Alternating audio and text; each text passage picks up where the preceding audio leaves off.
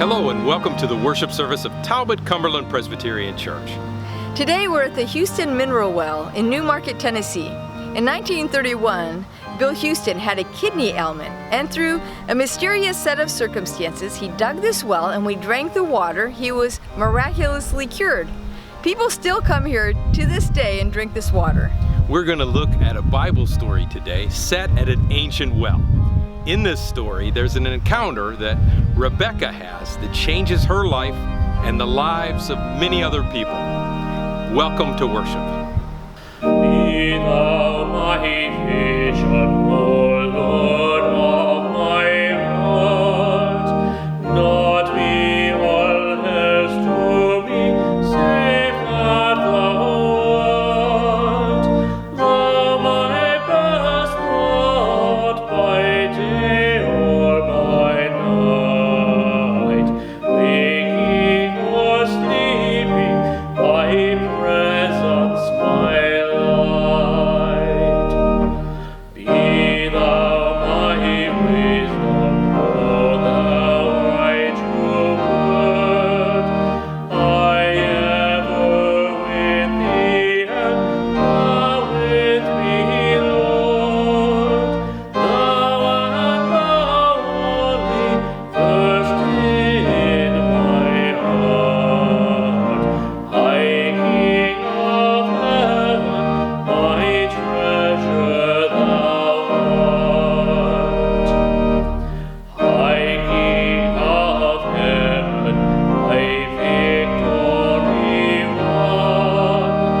May I reach heaven's joys, O bright heaven's sun. Heart of mine, O love, whatever befall, still be my vision, O ruler of all. Each person has an important story. And how God weaves those stories together makes a lovely tapestry. Today we'll be looking at a story from the book of Genesis. And how God connects people together in unexpected ways. In recent weeks, we've discussed the story of God's calling of Abraham. We discussed his journey to a new land and the tests he underwent along the way. We reflected on the story of when he was asked to sacrifice his son Isaac on an altar to show his faithfulness to God. We even considered what Isaac might have felt and thought in that moment. We considered how Abraham's journey in the land and how his actions impacted his wife Sarah and Pharaoh, Abimelech and Hagar, and his extended family as well. Today we turn to a new chapter in the life of Abraham and his family. Each person in this story has a unique role to play in God's working in the world. Each person is unique, then as now. And as our stories intermingle, we learn how God interweaves us to change the world. As we reflect, we can find ourselves in their stories. We can be inspired by their faithfulness, and we can learn from their experiences. Then, in turn, as we live our lives, striving to be faithful followers of God, we can inspire others to faithfulness. Our passage begins today with Abraham calling his most trusted servant to him to make a pledge. It was probably Eleazar, the servant who was in charge of all of Abraham's household affairs. Well, he calls this servant in and asks him to promise that Isaac will not find a wife among the Canaanite women, but that the servant will return to Abraham's homeland and find a bride for him among his own people.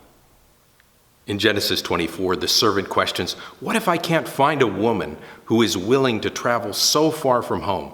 Should I take Isaac back?" Abraham responds, "By no means.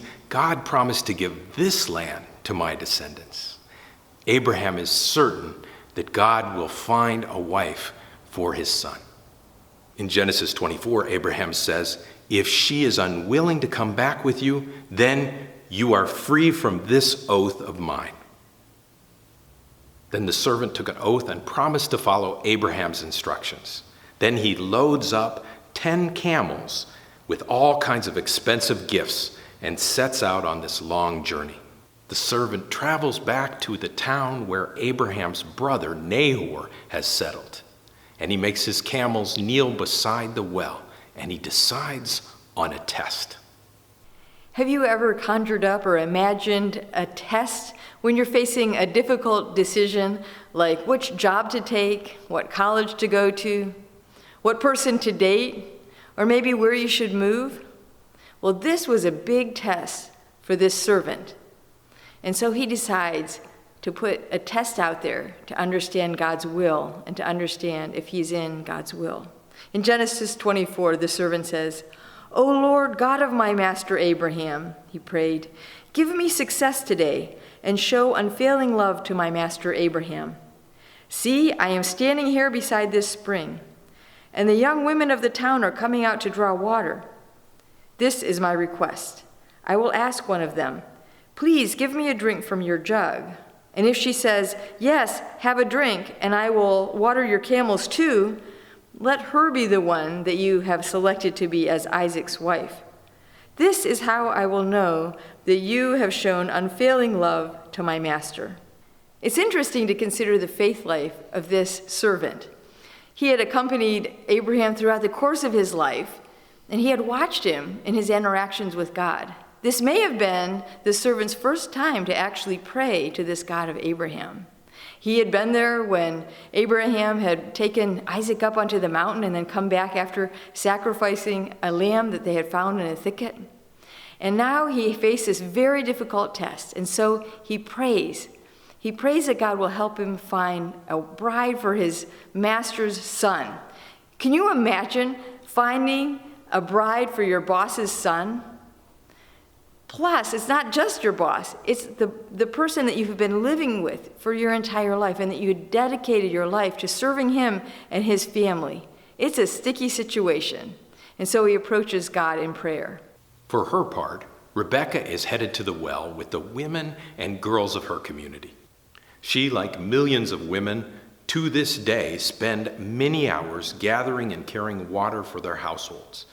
Do you know, even today, women and girls spend up to 200 million hours every day just collecting water. That's a lot of time wasted, and many organizations are working to try to make fresh water more readily available to empower women so they don't have to spend their time carrying this water. And so, like today, Rebekah used her creativity and energy to convey water back to her camp. She must have had strong arms. Can you imagine carrying 40 pounds of water to camp twice a day? And so, in the story, she encounters this servant. She listens to his request, she surmises the situation, and she decides to bring water to the servant. And so she gets the servant water, and then she offers to bring water to the camel. And the scriptures tell us that she ran back to the well to get water for the camels. What thoughts ran through her mind? Did she surmise who he was from his attire? Would she have recognized the patterns or colors of his clothes and recognized he belonged to someone in her clan? Was she inclined and attracted to new things? Did she find this stranger exciting rather than threatening? Was she a person of gracious character? Did she routinely offer kindness and generosity to others? So this is how she approached the world. Did she dream of more? Maybe she had an inkling that this visitor could change her life. The scriptures say that after she had watered his camels, the servant gave her gold bracelets for her arms and a gold ring for her nose. I guess that's not a new thing. And then he asked her who she was and inquired whether or not her family had accommodations for him and his group. In Genesis 24, the woman at the well answers, "I am the daughter of Bethuel," she replied. "My grandparents are Nahor and Milcah. And yes, we have plenty of straw and feed for the camels and room for guests." To the servant, this seemed miraculous that the first person that he should encounter, the first person that he asks, offers kindness and generosity and hospitality, and she is the family of his master. It seemed too good to be true, and so he immediately praises God. He says in Genesis 24, "The Lord has shown unfailing love and faithfulness to my master, for he has led me straight to my master's relatives." The young woman runs home to tell her family about what has happened, and her brother Laban rushes back to the well to meet this servant. When he gets there, he urges the servant to come home with him. He says that there will be bedding for the camels, water to wash the camel driver's feet, and there will be food. But before they eat food, the servant insists on telling the story of what has happened. He tells about Abraham and Sarah and this promised son, long promised son, and he tells about his own oath or pledge and the test that he set up. In Genesis 24, he repeats the story of the test. "O Lord God of my master Abraham," he prayed, "please give me success today and show unfailing love to my master Abraham. See, I am standing here beside this spring, and the young women of the town are coming out to draw water. This is my request. I will ask one of them, 'Give me a drink from your jug.' If she says, 'Yes, I have a drink, and I will water your camels too,' let her be the one you have selected as Isaac's wife. This is how I will know that you have shown unfailing love to my master." And at the end of the story, which he understands as quite miraculous, the servant asks this, "So tell me, will you or won't you show unfailing love and faithfulness to my master? Please tell me yes or no, and then I'll know what to do next." Have you ever had times in your life when you feel pretty sure about God's call, but you're not certain, that you need other people to verify, to confirm what you think you understand to be God's will in your life? This happens oftentimes in the process of ordination. A person can feel called to ministry, and yet it is important that they be affirmed by others to verify their gifts and their abilities for ministry. The person goes through a process, a bit of a test, to earn a seminary degree, to be examined by leadership groups of their denomination, and then they are affirmed to serve. The process of discernment can be a difficult one. I wonder if this servant second-guessed himself. You know, there could be a lot of different people that would approach him with kindness and generosity and hospitality. Or perhaps there could have been a complicating event, like perhaps Rebekah had already been promised to somebody else. And so he approaches the family cordially and with great respect as he tells his story. Laban and Bethuel replied, "The Lord has obviously brought you here, so there is nothing that we can say. Here is Rebekah. Take her and go. Yes, let her be the wife of your master's son, as the Lord has directed." And so the servant again worshiped and thanked God, and he gave gifts of gold and silver jewelry to Rebekah and clothing as well, and he stayed there for the night. The next morning, the servant got up and wanted to be on his way. But Laban and his mother, they wanted the servant to stay another 10 days. They were at an impasse. The servant wanted to get home. He wanted to share his success with Abraham, with his master, and he probably just wanted to get home. But Laban and his mother, they wanted Rebekah to stay. They needed some time to adjust to this situation and probably to say goodbye. And some scholars suggested that Laban was also hoping for a few more gifts from the servant. We later learn in Genesis that he was a little bit of a greedy person. And so they decided on a plan. Genesis 24 tells us that they say this, "We'll call Rebekah and ask her what she thinks." It's interesting that they would respect her wishes and desires. What would you do if you were in this situation and your family wanted you to linger 10 days, but this stranger that you just met wanted you to leave immediately? Well, the scripture tells us that Rebekah decides to go with the stranger immediately. She's proactive. Isn't it a delight to be around people who are proactive, people who see the possibilities, people who take what they have and make the most of it, people who don't mull on the problems of their situation? Proverbs 31 talks about just such a person. It says, "She works with willing hands. She rises while it is still night and provides food for her household and tasks for her servants. She considers a field and buys it. She plants a vineyard. She girds herself with strength and makes her arms strong. Her lamp does not go out at night. She opens her hands to the poor.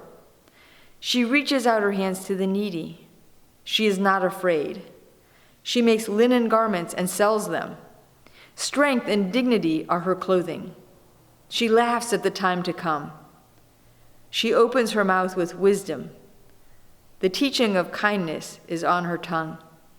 The Vita of this woman is a person who is proactive, who takes initiative. She's a provider. She's responsible for sheep and goats and fields.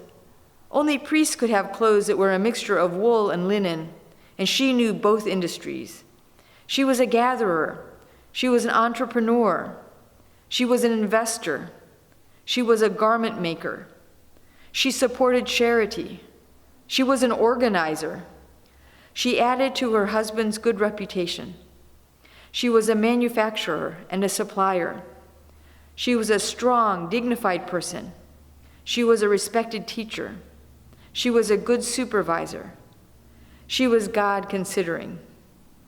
This was exactly the type of person that the servant was hoping to bring back to his master Abraham for his son Isaac. And it seems by observation that Rebekah had just such a character.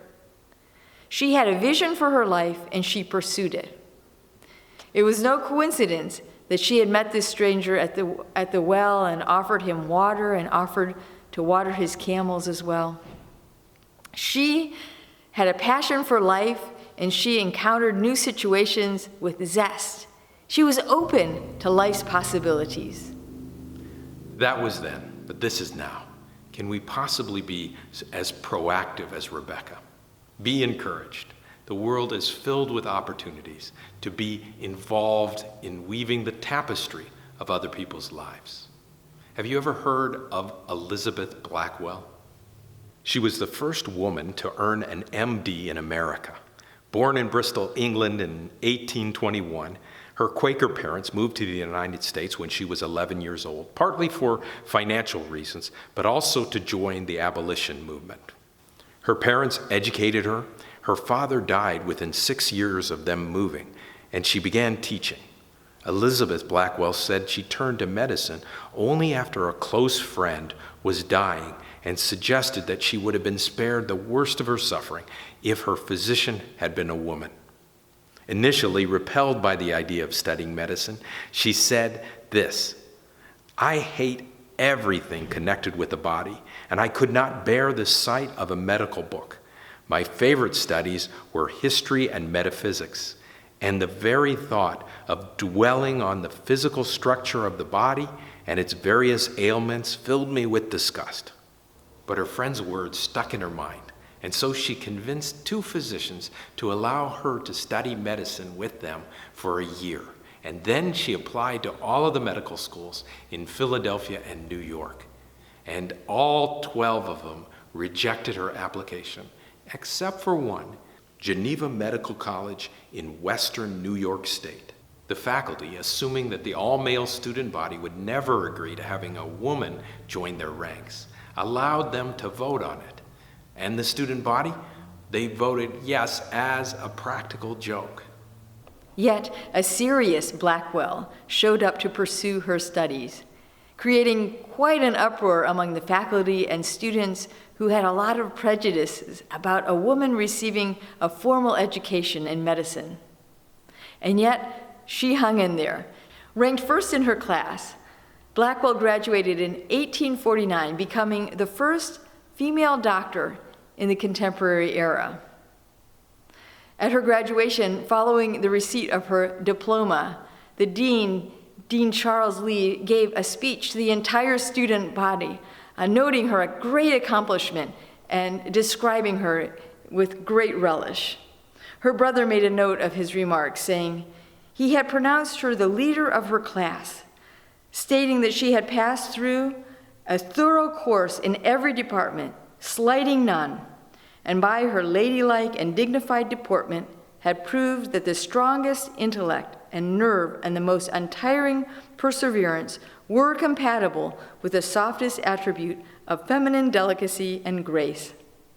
As a practitioner, she went on to found the Women's Medical College of the New York Infirmary, which taught other female physicians The students had a comprehensive and highly structured and competitive curriculum. One of the students, for a brief time, was Sophia Jex-Blake, who would later open a medical school for women in London. In the mid-1850s, Blackwell went on to found a clinic, which became known as the New York Dispensary for Poor Women and Children.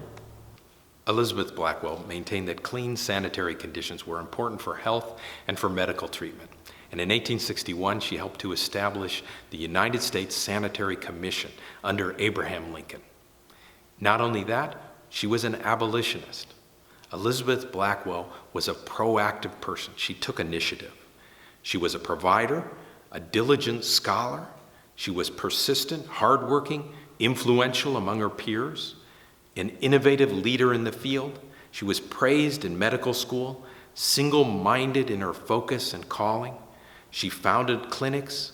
She tended to the poor. She founded a medical school. She fought slavery. She was strong and dignified as a person. She was a respected teacher. She was a good supervisor, and she was God-honoring.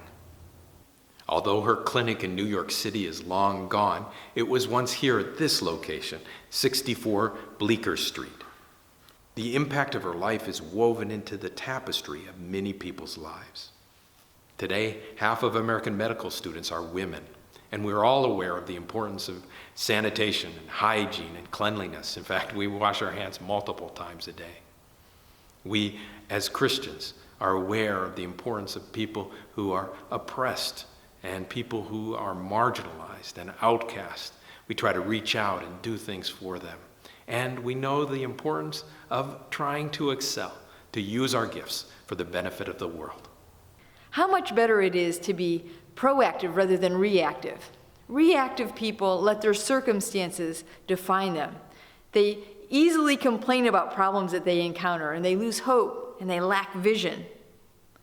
What would it have been like if the servant had been reactive rather than proactive? He probably wouldn't have taken the oath in the first place.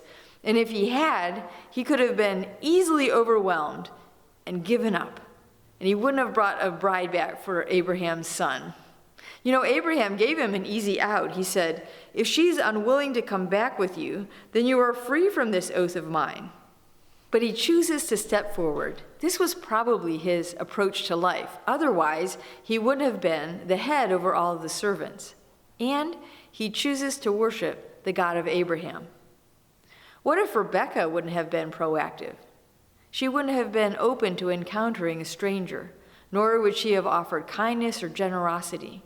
And the servant could have returned home without a bride for his master. But Rebekah was a woman of vision. In fact, it was she who spotted Isaac out in the field upon their return, meditating. I wonder what he was meditating on. Perhaps he was wondering how the servant was doing and if he would bring back a suitable bride. Perhaps he was grieving the loss of his mother and wondering and concerned about his father's relationship with Keturah, which would be his new stepmother. Perhaps he wondered how he would lead when the mantle was placed upon him. He had a number of choices as well. How would he respond to these things? Isaac had a lot to think about and pray about, but I'm sure all those thoughts disappeared when he saw Rebekah arrive and dismount from the camel and slip a veil across her face, signifying that she would be his bride. The two met and returned to his home, and they were soon wed, and they began the next chapter in their life. Not surprisingly, that chapter had its twists and turns. Two very different twins arrived with their own challenges and stories. Each of us approaches life with our own challenges. We have our own story to tell. What story do you have to tell? What challenges lay before you? What is God calling you to do? If you wonder what your calling is, consider what you're passionate about. What do you like to focus your time and attention on? What wakes you up early in the morning or keeps you up late at night thinking about it? What can you be doing that you might miss a mealtime and not even notice that you're hungry? These can be your passions or your gifts, what God is calling you uniquely to do. They may not seem unusual to you, kind of like your signature, but when you think about it, each of us is very unique. Think about our signatures. Each year, teachers teach thousands of children how to write. They teach the same lessons to myriads of children across the country and even around the world. Yet, no two people share the same exact signature. Even siblings who are in the same family and who might go to the same school and have the same teachers, they can't write. Even if they try their hardest to write exactly the same, they can't write their signature in the same way. God has created us each very unique, just like our signature. And our calling is as unique as that. God has called us to a specific time and place to perform a specific function.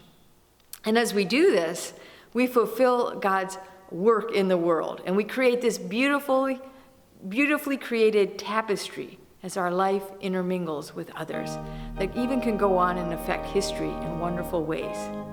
And so let us remember to use our gifts to be a part of this beautiful tapestry that God is creating in our lives. Through it all,